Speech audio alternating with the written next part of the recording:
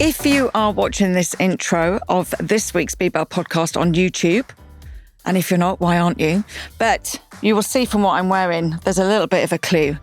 I've wanted to have this gentleman onto the podcast for some time, not just to talk about him. He's had the most special upbringing and was led by one of the most amazing women that a lot of you will know. But now he is amazing in his own right. So I'm really looking forward to, I know you will enjoy this one. This is Conor Buckley.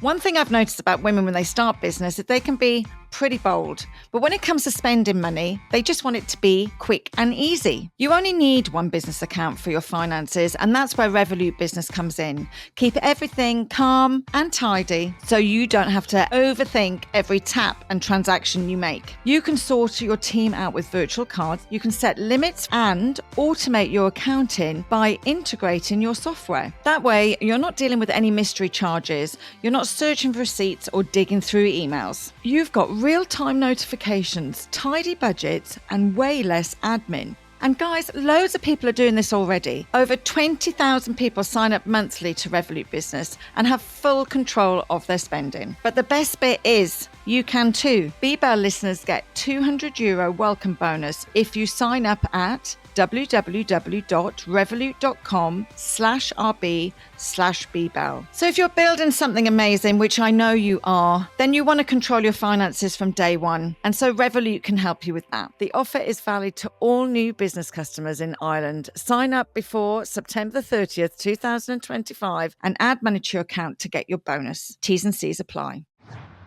Conor, welcome.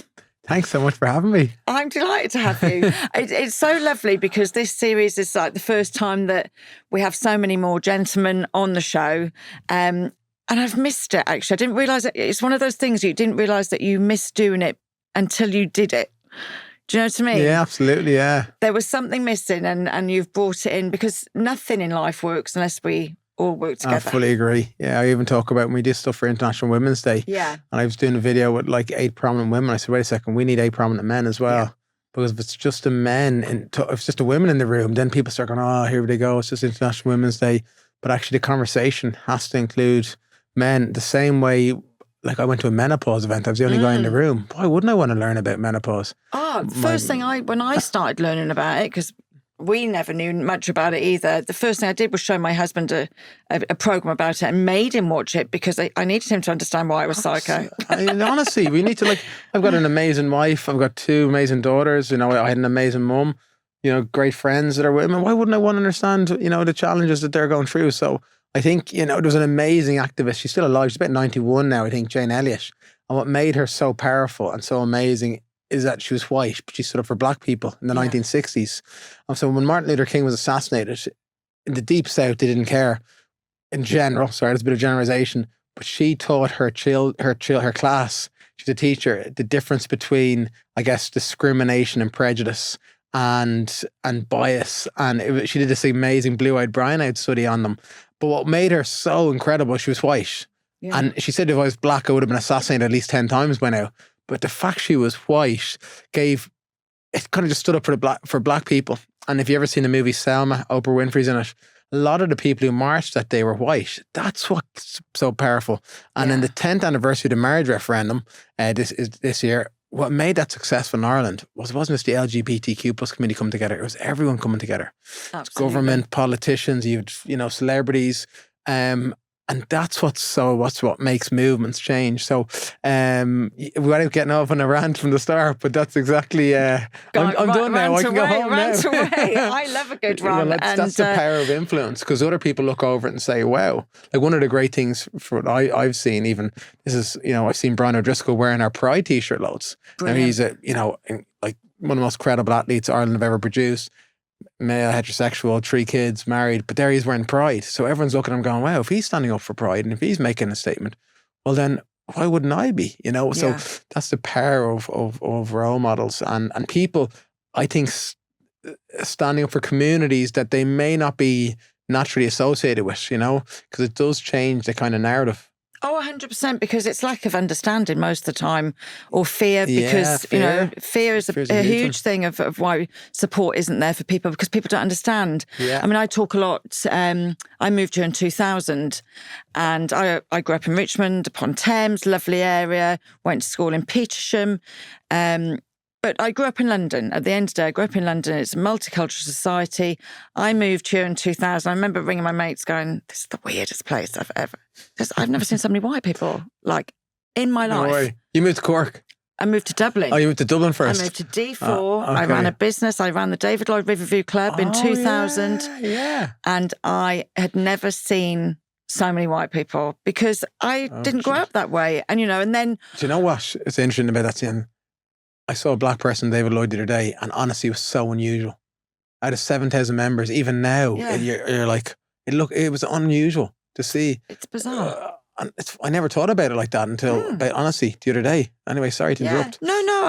But for me, it's like, and then I never forget the first funeral I had to go to. I remember someone tapping me and saying, "Oh, well done, you know, you've learned the Lord's Prayer." And I was like, it's the same for everyone. Like, it doesn't matter what religion you're in. She, oh, is it? And I was like, yeah. We have a different ending. And then she's like, oh, okay. And I said, and she's like, so did you learn all about Catholicism then when you grew up in London? I said, well, yes. I said, but we learned Sikhism, we learned Buddhism, in our religious education, we did 6 weeks of one religion. Every year you would do, and you'd split up the religions. So you might go to a mosque on your school out in that month and then the next month. And because all of my friends came from completely different religions, I didn't know I was Protestant till I moved to Ireland. I had to ring my mum and ask her. Because I didn't know. Because we just all went to the same things. But I was like, what's Protestant? She was like, what do you mean? I said, well, what am I? And she goes, my mum in a little Welsh accent was like, oh, well, we're chapel, babes, we're chapel. And I said, but what's chapel? And she goes, oh, well, it would be Church of England, yeah. And I said, but is that Protestant? And she's like, yes, that's Protestant. Because I didn't know, because it was irrelevant. I love that, yeah. So I always tell that story because I find it fascinating. That is fascinating. What a great idea that you learn about all the different religions. Class. So I just felt so knowledgeable. And actually, I've got a lot of friends that changed to Buddhism over the years and stuff, you know. But they had the knowledge from a kid of what they would like to be. But we were very much taught everything literally was the same. That's why my answer to it is I think the Lord's Prayer is the same for everybody. Because actually, I said it in lots of different ways over the years. But yeah, it really rounded school and education in that piece. Like, where you were born in Dublin? Yeah, born in Dublin, yeah. Okay, but I hear your dad was Cork. My dad's a Cork man, yeah. Proud Cork man from Mallow. Up the Reds, up the Rebels. And my mum was born in Dublin as well. Yeah. But she would have got that question because she's a black lady, where are you really from? That type of thing for years, you know. But she was really proud Dublin lady, and she used to speak Irish to people when they'd ask her that question. So yeah, grew up in a house not far from here actually. Okay. Obviously we're recording in Dundrum Shopping Centre. It wasn't around when I was a kid. No. Made the area a lot more posher, I think. Absolutely. It was always a nice area, but it definitely brought a lot of people to the area, and great upbringing. Like, my folks were very different people, as in my mum was very outgoing. My dad is a lot quieter, but they both had really kind of great values. I think the idea of very supportive in everything we did. You know, my mum would have been a loud supporter. My dad would have been a quieter supporter, but he would have been at everything. You know, all the matches, all the football matches and rugby matches, and they both would have just really, I think, instilled a sense of gratitude in a nice way. You know, you're very lucky to. You know, my mum probably would have done a lot more of that because she grew up in an orphanage, so she would have spoken about how lucky you are to have even like food and that type of thing. But I really was reflecting on this recently, and I think she would have really created a sense of belief. You know, you're a good person, you can do whatever you want, if you can achieve whatever you want, provided you put the hard work in, you know. And I think whether we like our parents, we don't like our parents, they have a massive influence on us. And I think I was very fortunate to have great parents. My dad is whenever I ask someone about my dad who's worked with him, they was like, oh, he's such a gentleman. He just absolutely by the book. He, you know, real integrity on everything he does. Just a good, honest soul. You know, he's just a very content person. So never never gets these big highs, but never gets these lows either, you know. So I and a great supporter for my mum's work. Because my mum was an activist for 30 years, and she would have like exposed a lot of abuses in the Catholic Church, and she would have gone out and publicly spoken, you know, about, she was a real voice for that community. And he was just there gently supporting her in the background, you know, and they were a great team together, you know. There was a lot of love in the house. It was interesting because a lot of love in the house for the kids. And it was interesting because my mum would have been, she didn't have parents, you know. She didn't have parents, she didn't meet her parents until she was 40, yet she still was able to say, she kind of made us love us, it kind of made her love us even more. But sometimes that can go the other way, Sian, where you can kind of, I guess, repeat that cycle of poverty and be like, no, well, I didn't get this, so you're not going to get that. And I got beaten around and abused, so you're going to get beaten around and abused, you know? But she was intelligent or emotionally intelligent enough to know, no, that wasn't right. Yeah, I think it goes one of two ways, doesn't it? You either like you pass down that generational trauma or hurt or whatever, or you pass down everything you were missing. Yeah, and exactly. you make sure that the next generation don't miss out on that. And it sounds like she wanted to make sure that you really understood that. Yeah, and I'm fascinated to know why some people do go one way and some people go the other way. You know, I'm always...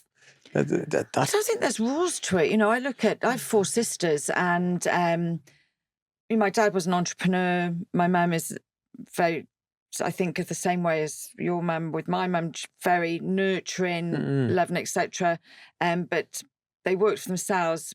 I'm completely gone down my dad's route, whereas the other 3 sisters would never have worked for themselves because they saw like how hard it was. Yeah. So I went, that's hard. I could make that easy. Do you know what I mean? And they went, that's hard. We're not going to do it. It's too frightening. Do you know what I mean? Yeah. So I think it's the same if you've been affected by something, you either use that sadness or trauma, or whatever, to make things better for the next people so they don't feel the same, or you go, I'm too scared to even think about it. Yeah. So we get trapped sometimes, I think, in our own sadness or you know, things that have affected us, and I think some people are just built to make a change and some people aren't. There's nothing wrong with either. I know what you mean. I know some people, because we all need your dad. I know. Do you know what I mean? Like I would be someone that would strive to make change. My husband is a very, very quiet soul as well,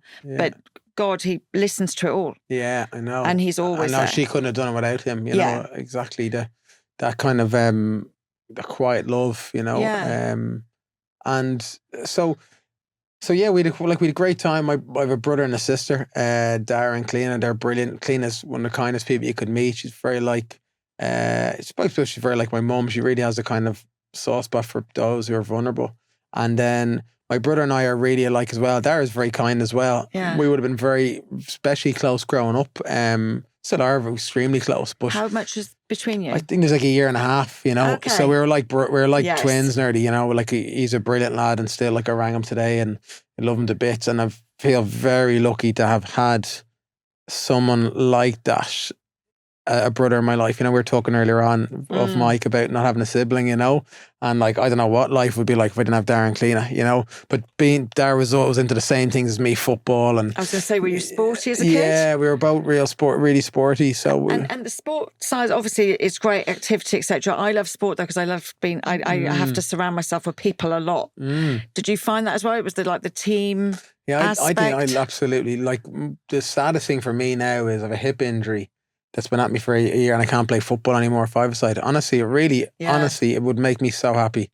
And that's tough going. But like, I still do other things, you know, I still can do. But it's something about the competitive sport that really, I don't know, like if you think of it, like if you're in it's a cage where you play in a 5-a-side. Yes. You don't have your phone, you cannot think about work. Like even when you're doing a bit of swimming, you can think about work. Doing a bit of jogging, you can think about work. Doing a bit of weights, you can think about work. You might even be on your phone. Football, you just can't. So that idea, that switch off and that type of, I think there's something incredible about it. You know, I do. I really believe that it's competitive sport, winning and losing. I find it like I'm quite a relaxed enough. Well, I wouldn't say I'm a relaxed individual, but I'm quite like I contemplate a lot about things, and I wouldn't overreact. But in the football pitch, I would. But it's a great way to get your frustration out, you know? Absolutely. So, like, I think to get that anger out, and I think it's, even I see it with my little boy, I think lads have testosterone as well. You need to get some rid of some of that, and sport's brilliant. Obviously, my girls are into sport. My little one she's only 1.5, and she just turned 2. Sorry, I should have said that. Her birthday was last week. But she's really into sport, and that's great to see, because I think women's sport is now on the up, which is brilliant to see. So we place as much in our house. We place as much attention now on the girls playing sport as our little fella, where I don't think that was the same in the past. Yeah, I think it depends on schooling. Again, I went to mixed school, women's sport, men's sport. It was completely equal. Do you know what I mean? Like in the UK, I went in London where I went. So I played every sport. Okay. But I think it's fascinating what you said about, being able to switch off, but that's because you're thinking about the other 4 people in your team. Yeah. Whereas when you're swimming or running, you're just thinking about, so it's your thoughts. Yes, yeah. So we need to find something that supports the hip that you can do. I'm thinking water polo. I'm thinking paddle, but paddle even might be a bit pressure. Everyone's loving the paddle. I know, that will be a great game. The twisting and turn, I still believe, and this is maybe I don't know if it's a stubbornness or what it is, I still believe you can get back, whether you might need to have an operation on or whatever. I still believe, or it might be that there's a way of coming back better than ever. Even at my age, I still feel like that, Your age, how old are you? Well, you know what? I'm 44, but the hip is, there's definitely something seriously wrong with it. My hip's older than me. Without a doubt. I have to ask you if you've ever been on the Reformer. Oh, yeah, I have. Because, I'm telling you to get back on it. I love that. I went to Saint Studios in town recently. Okay. Incredible new facility. Yes. Just above Soul Restaurant. Yeah, I've seen Drury it. Street. Honestly, state-of-the-art stuff. Yeah. Amazing. A lovely team. You know that feeling you get when you walk in? Yes. And amazing showers and a big locker room. I know it sounds funny I'm going on, but I think those things are absolutely essential. And then the class was brilliant. And I love the way the class didn't, the person, I like hit sessions, but I didn't come into a hit session. I didn't come to do Reformer.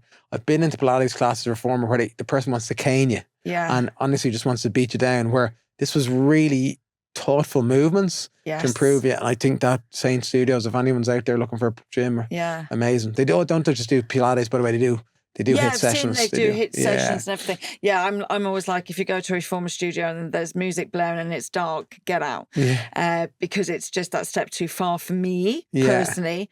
And I think actually, I was teaching a group session this week, and a bit of coaching, and I was like, I haven't used the word slow for a bit of time, and actually, it's kind of one of my favourite words at the moment. Oh yeah, because when I trained 15 years ago in play, it was, it's slow, controlled movement. Yes. And actually, when I think about my business, sometimes I need to slow down. Yeah, I know what you mean. We just need to take a break. Yeah. And actually, in the function room where I was teaching, there was this big wooden egg timer. I haven't seen an egg timer in forever. And we turned it and we watched it, and it felt like an eternity. And it was actually 2.5 minutes. And it felt like an eternity watching this sand. And I was like, oh my God, I so wanted to steal that. I was like, where the hell have they got that from? Because just a little lesson to any kid, can you just watch the sand? It felt like forever, I swear to God. So it was mad to me. Instant. So I'm like, slow down a bit. But you're like me, I love to be in a team and I love to help other people. So we need to find you the replacement for the five-a-side. We need to. It's going to be my challenge now. I'll be texting you later going, I've just seen this, you can go and do that. But so sport was big for you as a kid. Yeah, it was great. It was a brilliant outlet. And I give you, funny thing about sport in boys' schools, if you're good, you're kind of a bit more popular, So I probably when I went to secondary school and I started playing a bit of rugby, it was, a lot of the sport definitely dictated, if you're kind of getting if you're invited into groups and stuff, but I love the idea of, one of the coaches is really tough, and I thought it was good to get tough feedback from a young age, constructive criticism.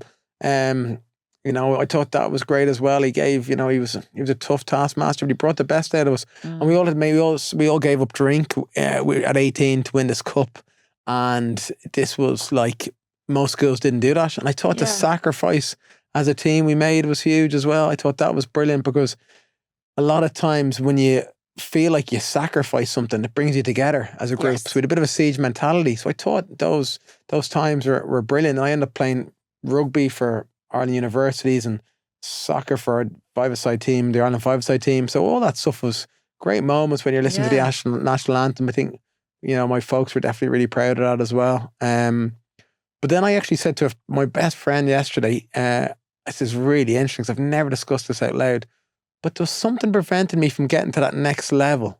So what I mean by that is training with the Ireland 21s and rugby, playing Irish universities. Why didn't I go on? Gave up rugby when I was 21, hurt my shoulder. It wasn't that serious, to be honest with you. Same with football. I played semi-professional football in League of Ireland, but didn't kick on. So I always wonder, is there a lack of something that stopped me? Only literally in the last 48 hours I thought about that. Is it how... You could say lack of talent, of course, and that's definitely something. But is there a lack of belief or a lack of something else? No, though, I remember years back in the 90s, I used to run a pub in London, and Wimbledon football team, Crystal Palace, they all used to drink in my pub, Chelsea. Yeah. And what was it called? The Swan on the Ridgeway in Wimbledon Village. And popular pub, whatever. But I remember Wimbledon FC were really popular at the time. They'd just won the FA Cup a couple of years previous. There was a guy on their team called... Stephen Tallboys. I don't know if I've got an awful feeling that he's passed away. Lovely, lovely guy. And he wasn't the best football player, but he was the best team player. And I think Joe Kinnear kept him in that squad for probably 2 or 3 years longer than he needed to. But he got the team to play in a certain way. He was a phenomenal ambassador for that brought team. the team together type of thing. Yeah. But he used to, I always remember, because I was always listening to people, he would always speak about himself very highly. When people would be questioning their talent, he would say, no, you are this blah, blah, blah, as am I this X, Y, Z. Wow. So that strength in mentality of what he verbalised out of his mouth, I just thought was fascinating. So he spoke about himself highly. He would speak about everybody around him. Yeah. And he'd always finish it as myself is. Do you know what I mean? Okay. I'd be like, God, but he had me, but I thought he was the best person on the team. Yeah. And it was years later, people said, he never played, Sian, he never played. I said, did he not really play? No, but the coach no away game would ever leave without him. Yeah, okay. Because he could just pump the people up. God, I'm going to look this guy up after. Yeah. Yeah, he was fabulous. Well, that's a great example of team spirit, because talk about like them beating Liverpool. They were the dream team in 1988. Yes. John Fashanu, Vinnie Jones and all these lads, Dennis Wise, all kind of lads who hadn't made it, chip on their shoulder and coming together. Maybe the last FA Cup winning team that did, well, Wigan did it actually a bit. Yeah. But like, that was phenomenal, you know. It was huge. The crazy gang in general. I'll never forget that, and Liverpool out in their white Armani suits. Oh, that was 95 was against that 95, United. was it? Oh, God. Oh, John Scales. Yeah, I had a bit of a crush on John Scales. Yeah, that's right. Then I left the pub and never watched football ever again. But yeah, sometimes it's just a different partner. So I wonder what stopped you. Yeah, I just wonder sometimes, because I definitely think my folks, and particularly my mum, would have given me great belief. But maybe there's something, like certainly you could go to the individual skill set and you go, well, look, in fairness, I wasn't good enough, X, Y, Z, and that's all fair. But I often wonder, is there something else? Do you missed out? No, I gave football a break for so long. Yeah. That it's very hard. You got to be playing football every single day. Yes. And I took football off from the age of like 16 to 24, you know what I mean? Okay, yeah. So they're 8 pivotal years there. But I always loved football more than rugby. Rugby just kind of got indoctrinated in the whole kind of side of it, you know, that way. Yeah. They're great times as well, you know, great. Yeah, no, as I say, I think it's amazing. Anybody with sports background that goes into business, they're halfway there already because it so translates. Yeah, it does. I think there's nowhere to hide. But what I have found is, I think what you do in an early age, and it sounds like you've worked, you know, in lots of different things, and maybe you've seen your dad working really hard.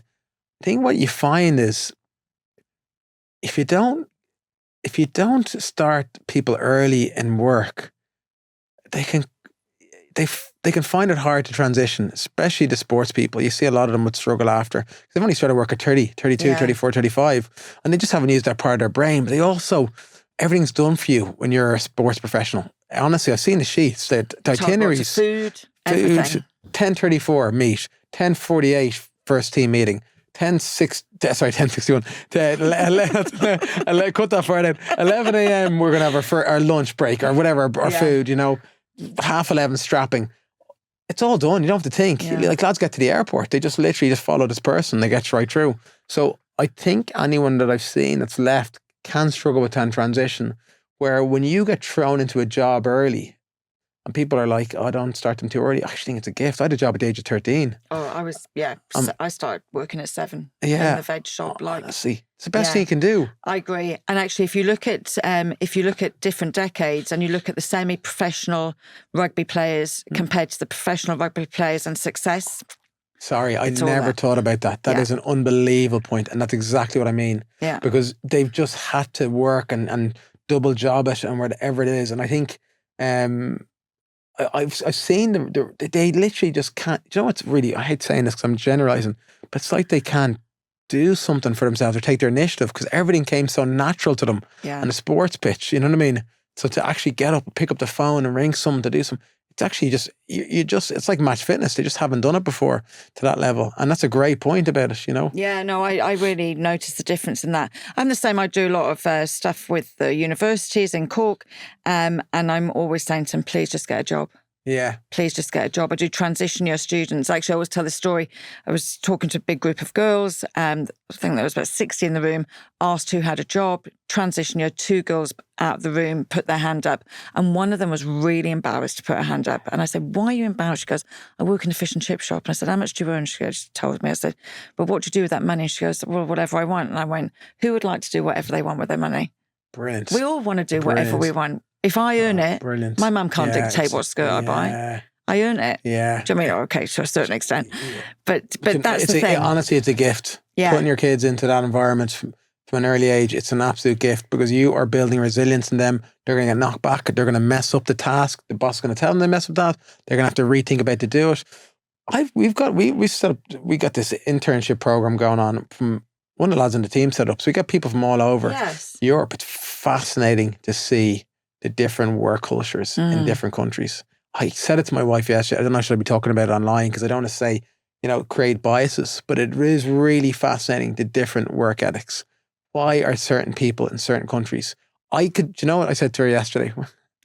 This is so interesting because when I talk on podcasts, I never actually talk about any of this stuff. Normally I talk about Human Collective and the clothing brand, the sustainability and the comfort. Going anywhere we fancy. Yeah, I know. I talk about nightclubs and bars and restaurants and all my past hospitality. But what I found was that someone could come in and you could say to them, so I'm not always in it. We have a shop in Stephen's Green. Yes. I'm not always in there. So I might only meet the intern once, twice, 3 times out of 2 weeks, okay? And in that time, I've noticed that I could probably guess the nationality of the intern by their work ethic without having a conversation with them, just by their overall attitude, manner, whatever it is. They're all usually 16 to 17, male and female. And I don't need a week with that person. I don't need 3 days with that person. I need 2 hours with that person to see, and not even engaging fully, just to witness them, to know. And that was really interesting. And I actually said to one guy one time, I said, you got to tell me what makes you so good. Because just the way he thought about things, the way every task he wanted to do it to the very best of his ability.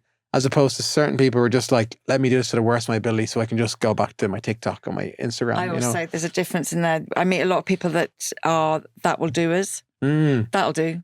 Yeah, no, actually, it just won't do, actually. Yeah. And I've never been a that will do. Yeah, and you know what, Sian? They won't shake it off. No. And you know what? If they haven't, I know a couple of people who got credit cards at the age of 20, 18, 19 even. And that is the worst thing you can do because once they've got that, and honestly, if I was a multi-millionaire, I wouldn't do it because once they've got that, it just changes signal. So my folks never made me feel like I didn't have anything or was deprived of anything, but they made me feel, without ever discussing it, well, how are you going to pay for that? Yeah. I would never have asked them for anything. Yeah. I wouldn't have asked them for a can of Coke because it just was like this. It wasn't fear of the rejection. It just wasn't wasn't even on the agenda there. Yeah. But they still did everything they did for me. They put us in the private schools, the 3 of us. They made unbelievable sacrifice through that, lovely holidays, all that stuff. But they wouldn't have ever given us materialistic stuff. I think that's another gift, But do you know what? They gave you time. Yeah, time, I massive. always say this, my older sister, there's only 2 years between us. We had very similar upbringing. She has kids. I don't have kids now, whatever.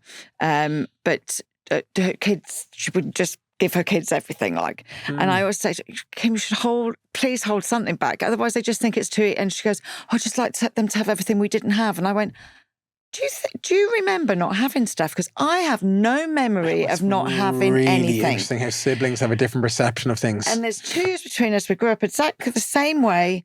And I don't remember not having anything. I remember having, like, every Christmas, it was Argos catalogue, you got 50 quid, pick what you want. And that, bless my younger sister, who's 18 years younger than me, that still went 18 years later, 50 quid, get what you want. They were a bit better off when I was growing up. But also, I remember my mum and dad would get paid, in the brown envelope on a Friday. And we'd always go to the toy shop on a Friday. But we'd buy a board game, and we'd play that board game together. Lovely. And I look at my younger sister, my mum and dad worked for themselves when they were growing up. They wouldn't have had time to play that board game. I don't remember being spoilt, but I certainly don't remember us being in any way, shape or form without. Yeah. And my mum would say, do you not remember that? And I'm like, no, because you were always there, Mum. Yeah, there's something always there, something about that. And also that love that you get, again, it's not the words. It's maybe you won't even remember what your mum got you for your 14th birthday or 15th. No. But you remember the love and the feeling and experiences. Didn't get me, Mr. Frosty. It's a feeling, isn't it? Like it is. My sister would probably say that, like, Conor was the favourite or something like that because of the sport. And my mum was really proud of it. But I remember my mum sitting down with my sister after school every day for about 2 to 3 hours, talking about her entire day by the fire. Now, me and my brother wouldn't have wanted that, lads. Yeah. You know what I mean? We don't stop with all the questions. We're going to play football outside or whatever it is. And I said, we were so lucky. My brother and I were so close. But she would have, I don't know if my sister remembers all those hours every single day, talking about how every single class went, with every single interaction with her friends. Like, I don't know how my mum listened to it. Anyway, but she obviously did. She obviously enjoyed it. That time they spent together was unbelievable. And it is different. How interesting how siblings would have a different perception, even though there might only be, like, there's only literally a year and a half between each of us, It is mad. And so, did you have any idea, like, you were obviously very sporty as a young person, did you have any idea, living in your house, obviously your mum is an amazing activist, does a lot for other people, did you have an idea of what you wanted to do, where you wanted to go? Good question. No, not really. I think I wanted to be a teacher at one point. Okay. I think I wanted to be... my dad was a good journalist that interested me. And I think deep down you'd love, but I just definitely wasn't talented enough at all. Was to be, professional sports person would have always been a dream, but it wasn't until I was in college in UCD and I started helping someone organize events. Yeah. And they were, at the time, those events were really popular on campus, and they're hard to get tickets to. And I said, look, I'll help you out. And he asked me to do a couple of things that were like talking in front of like 500 people. And I was like, oh no. But I was like, look, if it gets me a free ticket, I didn't have much money, I did it. Yeah. And then I took over that society and I started running the event. And one of my friends, really good friend of mine, called Brian O'Malley, he was a more quieter guy, really bright lad. And he basically said to me, here, we should make a business out of this. So it was funny. Lots of my friends could have said it to me. Yes. There's other guys I was closer to, but he was strategic enough to go, this guy has got a bit of something about him that he can get people to all his events are selling out. And he's a bit of a lack of self-awareness probably to do it. I can leverage that. And the two of us started working together. We started doing club nights. And what were your strengths, the two of you? Yeah. I know your strength. What was his? Yeah, great question. Because his dad, randomly enough, I rang his dad the other day, which is so random because he hasn't been well. And I rang him and he said, when are you guys going to get back together as a combo? Like, we're still really good mates. And I was like, I loved work with him because do you know what's very interesting about him, Sian? And this is, again, something I've never discussed publicly. Simple is sophistication. He was able to simplify things so clearly. Look at a bit of Roy Keane. You know the way Roy Keane says things and you just go, oh, sounds a bit harsh, but he's actually spot on. He had this way of cutting through the BS. And it was about anything. And it's honestly a gift. And I don't know, I said it to him a couple of months ago, but I don't know if anyone said it to him. And he's a great guy. You'd like him. I bet your reviewers know him. I've never met him before. His name's Rory Sutherland. He's a guy he was very involved at Ogilvy, the marketing and advertising agency. And I'll send you on some of his stuff. It's great. And he's some great, fascinating points. And he mentioned a book I think it's called Obvious Adams, a small book. And I would never buy anything online in general. And I think for my birthday or something, or maybe for Valentine's Day, I said to my missus, this book's about €5. Would you mind getting me for Valentine's Day? So she got it for me. And it's about £5. You'll read it like in an hour. And it was all about this guy who saw things. I think the book was written in the 40s and it's been reissued and republished or whatever. It was all about this guy who just spotted the obvious. And sometimes in business, things are so bloody obvious, but we as founders missed them. Completely guilty of that. And that's why I believe in partnerships. I believe in working together with someone because you just don't have all the strengths. And he was great. He was strategically, but he was just streetwise. He was just, he's just sharp like that. You know, he's just a little bit ahead of the game. So didn't have to be the hardest worker in the team because he was streetwise, you know, nearly like a playmaker. Yeah. He mightn't have to run back as much as other players, but then when he gets the ball, he makes it happen. And he had a strategic mind. I was a pretty good grafter, I'd say. And we were both really fair. Yeah. You know, we were both, you know, we'd both be passionate about certain things. We're both really fair. And I think we were both, and honestly, in 10 years, I'd say we maybe had one argument, you know what I mean? And we were fortunate the businesses that we were involved in were very successful, and that always makes things easier, you know? But you had different strengths, and it wasn't information. So I always think partnerships like that work really well. Yeah. I'm a fan and I'm not a fan. When I'm a fan is exactly what you were suggesting. You understood your strengths and they're personality strengths. Yes. Whereas sometimes it's information is the strength. So that one person knows everything we need to know and the other person is a grafter. The problem in that situation is each person will teach each other. Yeah. So then after a certain period of time, you don't need each other anymore. And then one person ends up doing more. And then that's the begrudging bit. I always get partnerships to write each other a letter at the beginning of the partnership. Nothing legal. Why am I working with you? Oh, wow. Because at some point you will open it. We did that on our wedding day, actually, me and my husband. We haven't opened it yet. Nearly did over COVID. But you write it because you will teach each other and develop each other. But actually, if it's a personality trait, you're always going to be that doer. You're always going to be that organizer. You're always going to be the person that people gravitate to. And he's always going to be the person that sees blind spots. Yeah. Yeah. And it's brilliant. And there's another guy, I've been fortunate, another guy, Barry Plunkett, another brilliant partner that I worked with for 10 years, maybe over 10 years. And even the other day, you know, you have difficult challenge in your business. I was on to Barry for 2.5 hours. Amazing guy. It's lovely. Absolutely brilliant. He was really supportive. And, you know, he set up a business and you know, he actually invited me, you know, offered equity into the business, and I wanted to go down a different route. And he said, it's a lonely old time. And you never know that until you set up your own business on your own and you didn't sense the loneliness.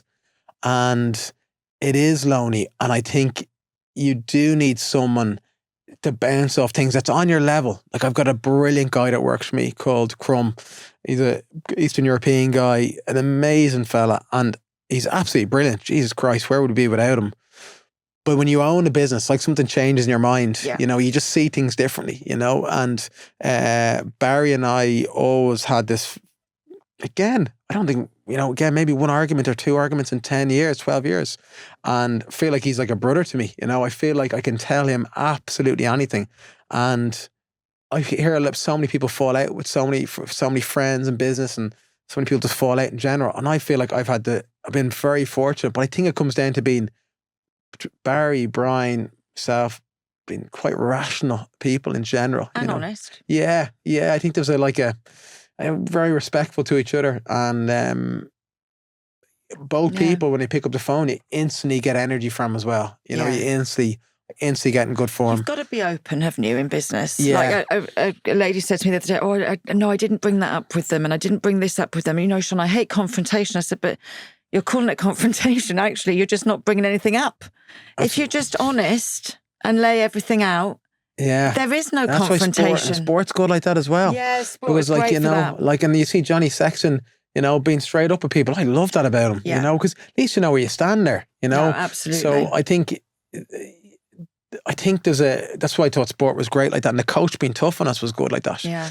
Because life is tough. Life is tough. You're going to hear things you don't like about yourself. You're going to get bad news. So you might as well get used to it in a way. You know what I mean? Because it's only going to build, like, what's the product of adversity? Resilience. Yeah. So you actually need to go through adversity in order to become more resilient. And I saw that with my mum because the adversity she went through. So. But she took that and she did something very special with it. Yeah. She could have just gone, this is what happened to me, and kept that. Yeah. But instead she utilised that power that she had to understand and empathise and know when people need help. Yeah, and that's the word empathise. That empathy piece in our house was huge. She would say, she'd pull you up on something. Like I remember, I've never said this before, but like there was a time when, she would have got like national news about a public apology from the Taoiseach, and she had people celebrating in our house, and some of those people wouldn't have had homes or would have been homeless. And I would have been like, oh, why is there so many people in the house? 3-bed up the road where like there's people flooding into the house here. And Mum was like, because they don't have a house. Some of these people don't have a family, Conor. This is their family. And it was a great way to teach a teenager about empathy, which is not pity, but it's putting yourself in the other person's shoes. Yeah. And she would say that about someone. She'd say that to people. She'd go, that poor devil doesn't have anything, Conor. I remember she brought up someone over for Christmas dinner before. And I probably would just wanted to be us, And she's like, no, but they don't have, they're on their own. And it's a great way to teach a teenager. So I actually think what I liked about her relationship with me was she nearly treated me like an adult from a young age in a way. So, like I'd come in at like maybe from a disco 13 and we'd sit down and we'd have a big heart to heart about things. She'd tell me about her mates being divorced. She'd tell me about depression. She talked to you like that. So it kind of gave you a good empathy piece. And even now I would nearly feel like there's periods where I'd have I'd be angry with someone or I'd be disappointed, and I'd nearly have her on my shoulder going, step in their shoes. Yeah. My dad I grew up in pubs, so I listened to adults all the time. Yeah. And actually we never had a Christmas we used to always strangers. So I would always be like, who are those 3 people at the end of the table? Who's that? And we'd be the same as kids. Oh God, who's at Christmas dinner this year? And then you grow up, and then I ran pubs, and then there was 30 people at the table, and my mum would be, who are these people? And I'm like, well, you bred me. Yeah. You grow up fast when you're living in that environment. Absolutely. And you notice the people that don't have what you have and don't have the family that you have and the upbringing that you have. And you do bring them in. You can't help yourself because you have your dad or your mum on your shoulder. Did you ever feel pressure, I suppose, to take over, to keep that going? I mean, I look at your business now and Human Collective and what you're doing is amazing. So, but did you feel a pressure to do that? It just came naturally, I would say. I think subconsciously, and I think it's with parents' influence, I think there's definitely by keeping her legacy alive subconsciously, definitely. Like I know, like I grew an afro, looked terrible. I think that was, she always would have wanted that, and I did things like that, which I think always big into why we get subconsciously influenced. My dad asked me to become chairman of her charity, and I said no to it because I wouldn't have done it justice to that level. He was a great chairman, but I just couldn't have. I couldn't have done that justice, not with a young family, and the business pressures. So I never really felt pressure, I never really felt like, she'd asked me to come on I remember she asked me to come on a march, and me and Brian went, and we were like, here, would you mind coming to this march? And both of us went down, and like, we're thinking it was just gonna be like 50 people walking up O'Connell Street. It was like 8,000 people, and she's at the front, and she's like, get in here. And like, and I think when you been through what she's been through, and that day, and I spoke to a lot of people that day, it's very emotionally draining. Yeah. It is, and because those over 100,000 people were in those homes, those institutions, and they didn't have a voice. And the first thing you need to do is be able to listen, and to be able to support that. And I think that's a full-time role, and even it took a toll on her as well, she would have, our centre was something that was so special to her, but I think it would have taken a lot out of her, Oh, absolutely. But it was probably energized her in another way, but she was able to see these people who'd never been, we talk about people who don't have opportunities. some of these people went on to didn't realize that they were brilliant artists or brilliant clothing designers, or one guy was a brilliant actor.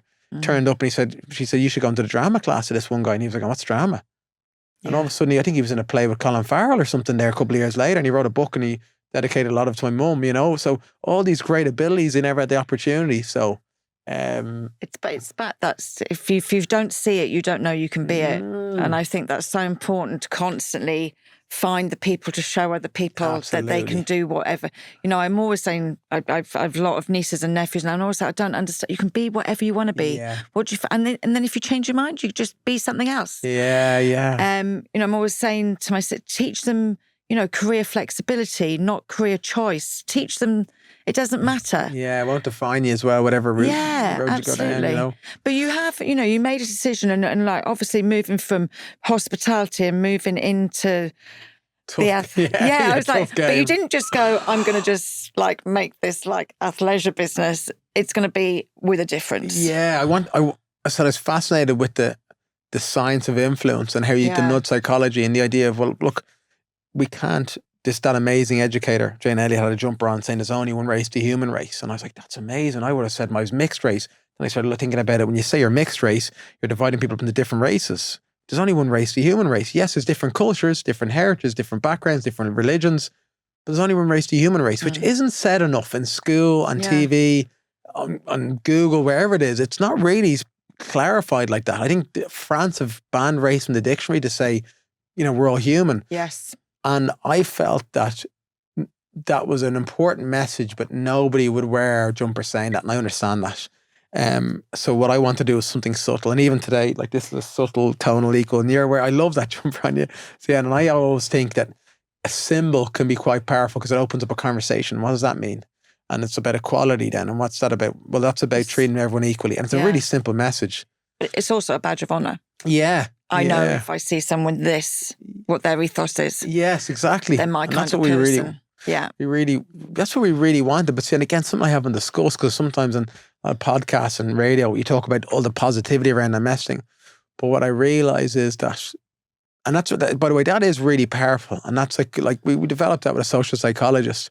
And it's more powerful than the talks we do in schools and companies, because there's sometimes when you walk into a company and there's 60, 100 people in the room, you're kind of preaching to the converted. You know, they're already, that's why they're there.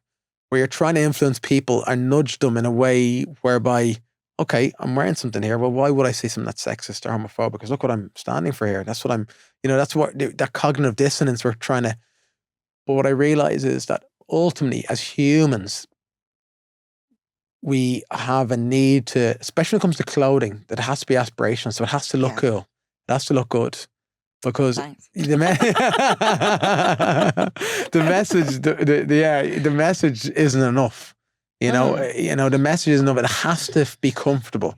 It has to be, you know, they have to feel like it has to be, and with clothing, it has to be a bit aspirational, you know, a bit like nightclubs in a weird way. Yeah. It's got to be aspirational. It's a reflection of them.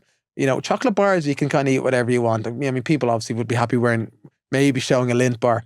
But like the Brown Thomas bag is a Brown Thomas bag for a reason. People are proud walking around that in town. That's why they're paying 60 cents for it. Yeah. They're not like, I'm not going to knock any other brands, but like, you know, you mightn't be as keen to walk around with a pennies bag as opposed to a Brown Thomas bag. So everything that reflects on you. So what I realized is that the clothing has to be, well, I always wanted it to be really premium and luxury. So we use a luxury organic cotton. But it has to look great, because otherwise you can come across like a charity type brand, and that's what people don't want. So you can't just, like I've sometimes have people going, I want to start a clothing brand. It's obviously low barriers to entry, but you really have to think about the tiers and the messaging, because so many Irish clothing brands have closed, even in the last couple of months. Yeah. It's very difficult. It's a very difficult industry.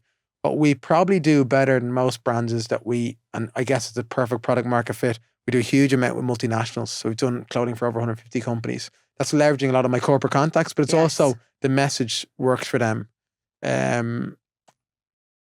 What we want to always try and improve is elevate the message, you know, and not bang people over the head with the message either. You know what I mean? Like, just, it's the subtle side of things that makes the changes, because people, as with what Trump's done and everything, people are like a bit allergic to DEI words, you know. Even companies are restructuring the name of it. They're saying fairness and they're saying togetherness and belonging, which I actually understand, you know.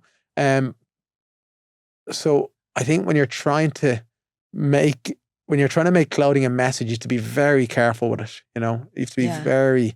So I think you made a choice of the kind of charities that you support as well. You look, do you know what I mean? So like if I go on, I know who I'm supporting, who I'm looking after, and you didn't just go, we're going to look after this area. You've gone, these are areas of importance. Yeah, I know. Yeah, and that was really important to us. But I still always do questions. Yeah, like, should we give the customer the choice in a weird way? Yeah. Like, should we, like, I always question the idea that... I think you have given the customer a choice.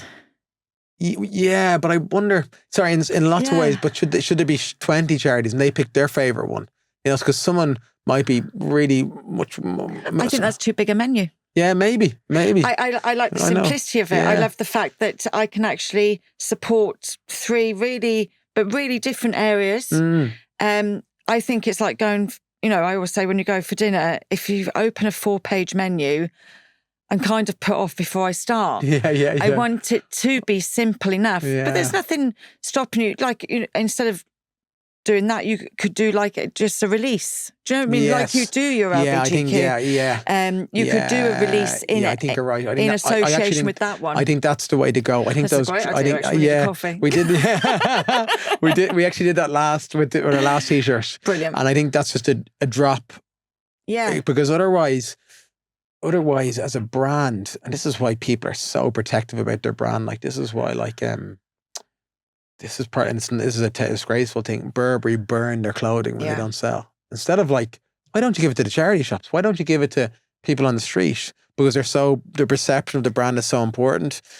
The association with charities is, we've actually kind of relegated that down our besides the drops. Yes. Because otherwise you actually are perceived as a charity brand, and that isn't cool either. And unfortunately, when it comes to clothing, you know, it has to be cool, functional, you know, it does. So that's something that I wouldn't have said in a podcast maybe a year ago, but that's where, you know. No, absolutely. Things have changed so much in the last year, last 3 years. Absolutely. I mean, it's ever evolving. And you're right. I'm seeing, I've actually never, I said to somebody on Tuesday, actually, I've never written so many, well done for making the decision to close your business as I have recently. Yeah. There's a lot of things happening. And like really cool brands, you know. Yeah, absolutely. Like I don't, and lots of them, I always reach out to them, give them a call. Yeah. So I'm like, fair play to you. Like Sharon Peach Lean. Yeah. Amazing brand. Dragon's Den had me in tears watching her. Yes. Amazing lady. And she did incredible. She did you should be phenomenally so proud. Yeah. I remember her post actually, and I remember so many people, and I did the same.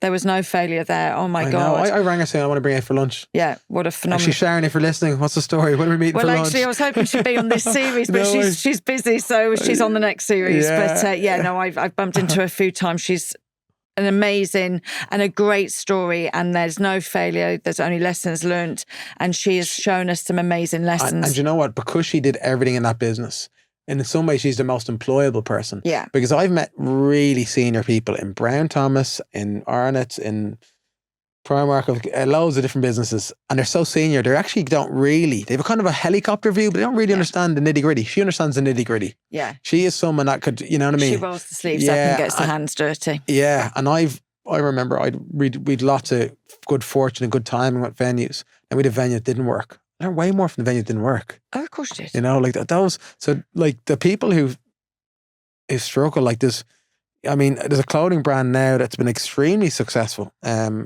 And they've changed their board around, and they've you know, the guys have stepped away. Gym Plus Coffee, they announced it on Friday, and I bumped into one of the guys, literally sat beside me at a dinner, and lovely fella, Niall Horgan, and good Cork guy. Yeah, good Cork guy. Yeah, really nice fella. And I was like, here, like I know you probably don't want to hear this, but like, what you built there, it's phenomenal. Oh yeah, like that's, you know, one of the most successful Irish clothing brands, and I know it hasn't gone as well as they wanted in the last couple of years. Momentum's dropped off.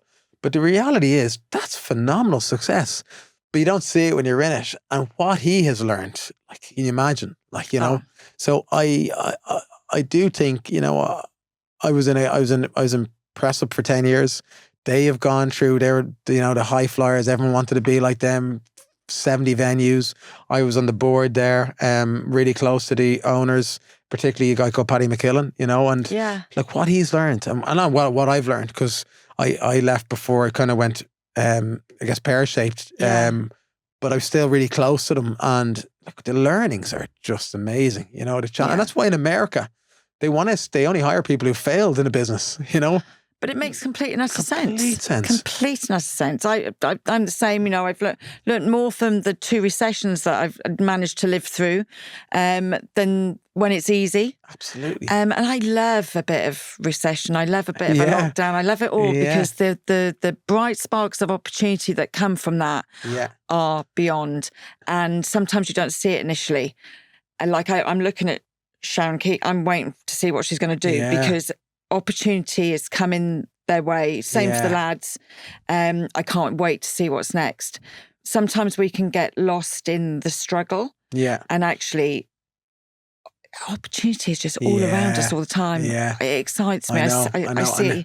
And I think the importance of being around people and having these conversations, because you're such a positive person, and that's infectious. People need to, again, your partner. I think people need to be around that positivity. Like I've met some, like the Happy Pair guys, great lads. And you can go, are they not happy? Yeah, they are actually, because I've been around them and they are just, like you get that energy from them. It's an incredible team and I've also been around negative people and it sucks the life out of you and everything. You're a bit more fatigued. It's exhausting. Yeah, it is. It is exhausting. So what's next for Humour Collective? Oh, well, so we the 2 people who really want to invest in us, which we need. Yes. But ultimately, the level that we need to get to, we need more investors. Okay. So these 2 people are really great people. And I said to them, look, I don't want to take anyone's money until we get a 3rd or 4th person in, because that takes you to the next level. We won't get to the next level with although it is substantial, it's not enough. So, I mean, if anyone wants to invest, give us a shout. And then on a secondary note,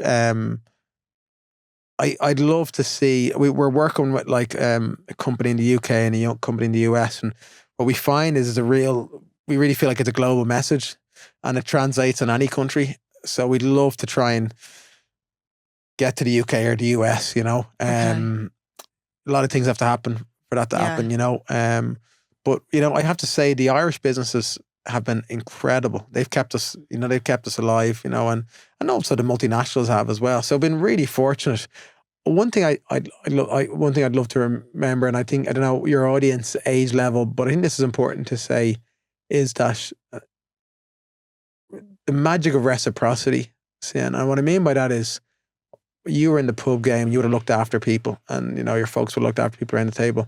Sometimes you do it just for it's business. You got to look after people wherever they are, whatever. Or sometimes you do because you just want to look after people. And we've all have certain friends that are more carried than others.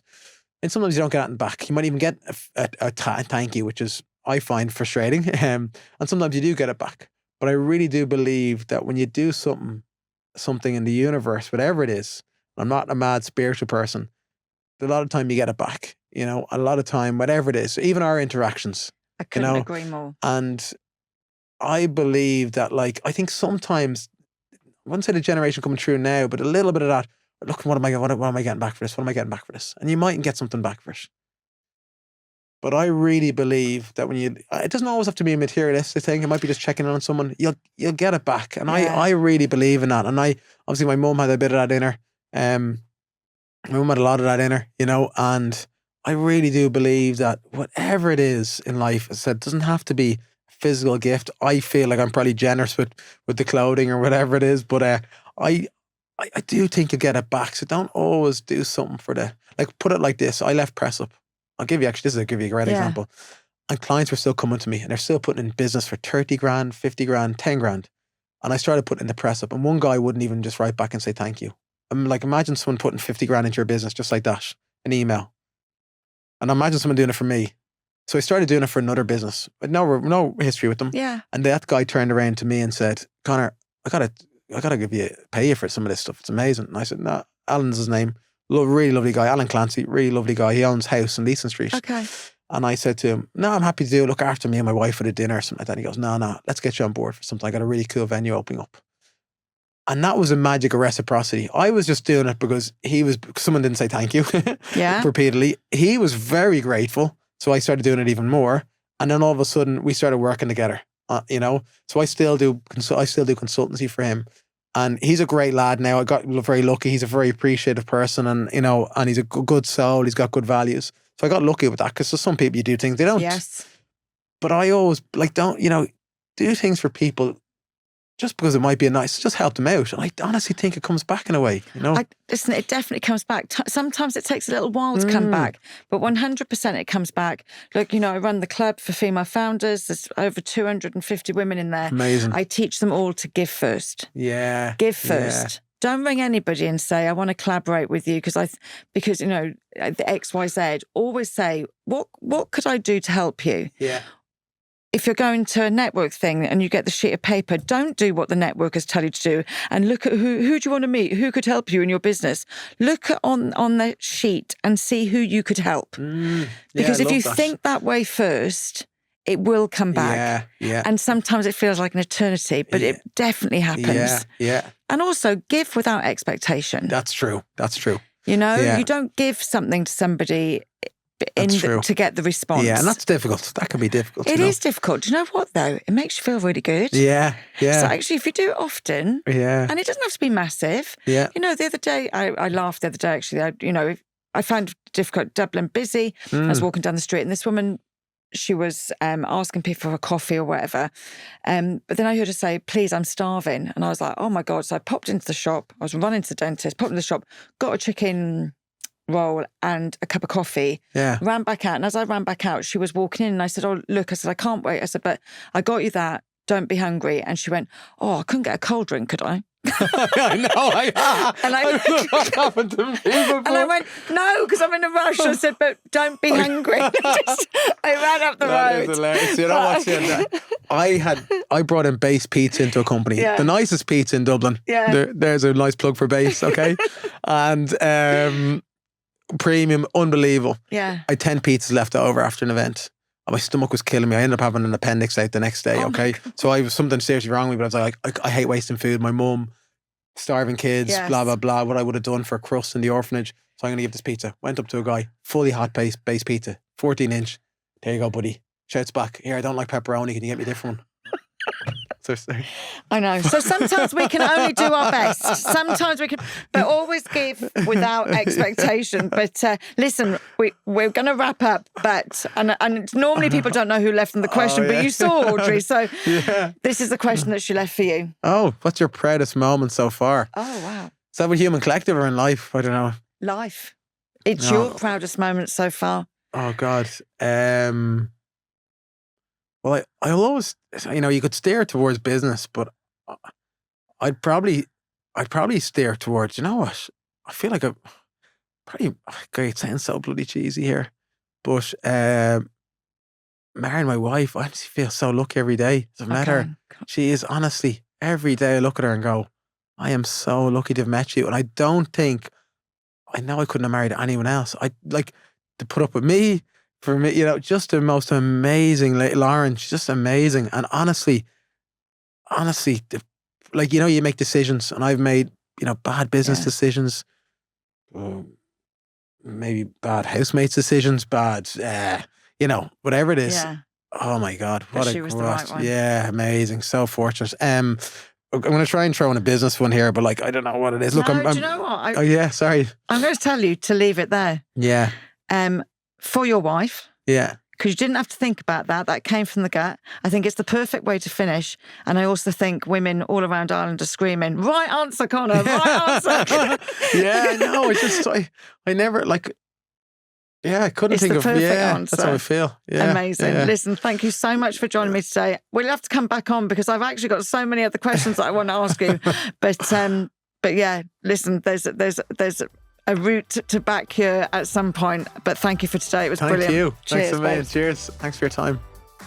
Hi, and thank you for joining me for this week's episode of BeBelle Podcast. If you have any thoughts, questions, or feedback for us, we always love for you to get involved. And you can find us on Instagram at BeBelle_podcast. Don't forget, though, that if you want to watch these episodes, you can see them all on my YouTube channel, Sian Horn. And don't forget to follow and subscribe. The more people that follow and subscribe, the better it is for the podcast, the more that we can improve future and going forward. So with that being said, thank you so much for following BeBelle, and I hope you enjoy these next episodes.